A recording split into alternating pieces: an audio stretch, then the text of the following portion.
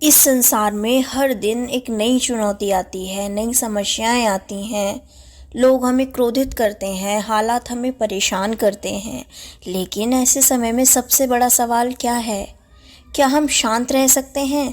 क्या हम अपनी भावनाओं को काबू में रख सकते हैं? नमस्कार दोस्तों, स्वागत है आपका अपने चैनल में। आज हम सुनेंगे एक ऐसी कहानी जो आपको यह समझाएगी कि शांत रहना क्यों ज़रूरी है और यह जीवन में कैसे चमत्कार कर सकता है। आइए शुरू करते हैं। बहुत समय पहले की बात है। एक महान संत के दो शिष्य थे। वे वर्षों से अपने गुरु से ज्ञान प्राप्त कर रहे थे। एक दिन गुरु ने सोचा, अब समय आ गया है कि इन दोनों की परीक्षा ली जाए। गुरु ने दोनों को बुलाया और कहा, तुम दोनों को इस जंगल में जाना है और मैं तुम्हें एक विशेष कार्य देता हूँ। 3 दिन तक चाहे जो भी हो जाए, तुम बिना किसी गुस्से या क्रोध के शांत रहकर दिखाओ। दोनों शिष्यों ने गुरु का आदेश स्वीकार किया और जंगल की ओर चल दिए। पहला दिन, सुबह होते ही दोनों ने जंगल में अपनी यात्रा शुरू की। तभी अचानक एक गांव का आदमी आया और पहले शिष्य को गाली देने लगा। पहला शिष्य गुस्से से भर गया और चिल्लाकर बोला, तो मुझे गाली क्यों दे रहा है? मैं तुझे अभी सबक सिखाऊंगा। गुरु ने यह सब देखा और मुस्कुराए। दूसरे शिष्य को भी वही आदमी गाली देने लगा, लेकिन वह मुस्कुराया और शांति से बोला, भाई, तुम जो भी कह रहे हो वह तुम्हारी सोच है। मेरा मन तो शांत है, इसलिए तुम्हारी बातें मुझे परेशान नहीं कर सकती। गुरु ने दूसरे शिष्य की परीक्षा को जारी रखा। दूसरा दिन, अब परीक्षा की और कठिन घड़ी आई। पहले शिष्य को जंगल में एक पत्थर से ठोकर लगी। वह दर्द में था और चिल्लाया, यह पेड़ यहाँ क्यों है? यह पत्थर मुझे क्यों मिला? ये सब मेरे खिलाफ क्यों हो रहे हैं? वहीं जब दूसरे शिष्य को ठोकर लगी तो उसने कहा, शायद यह ईश्वर का इशारा है कि मैं और ध्यान से चलूं। गुरु ने फिर मुस्कुरा दिया। अब तीसरा दिन, अंतिम परीक्षा। दोनों शिष्य भोजन कर रहे थे। तभी अचानक एक बंदर आया और पहले शिष्य का भोजन छीनकर भाग गया।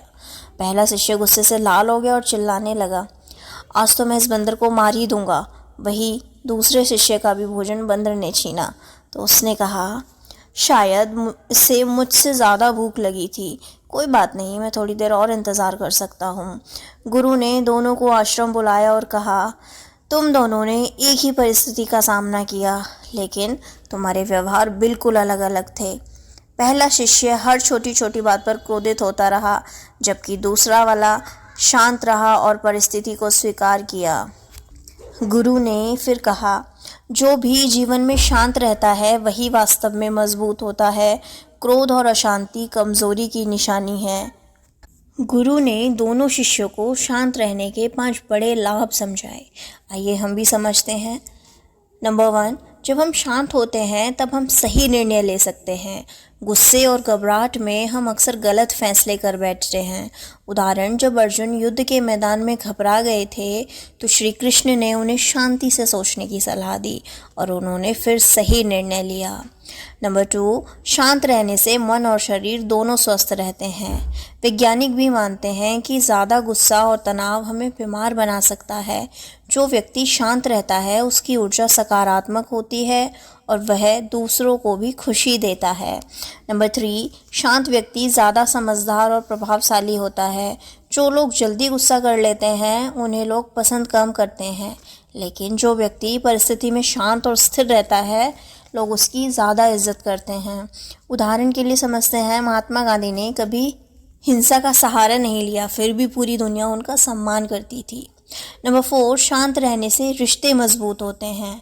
गुस्से से अक्सर रिश्ते टूट जाया करते हैं। अगर किसी ने आपको कुछ बुरा कह दिया तो गुस्से में जवाब देने से अच्छा है कि आप शांति से जवाब दें या खुद को शांत कर लें।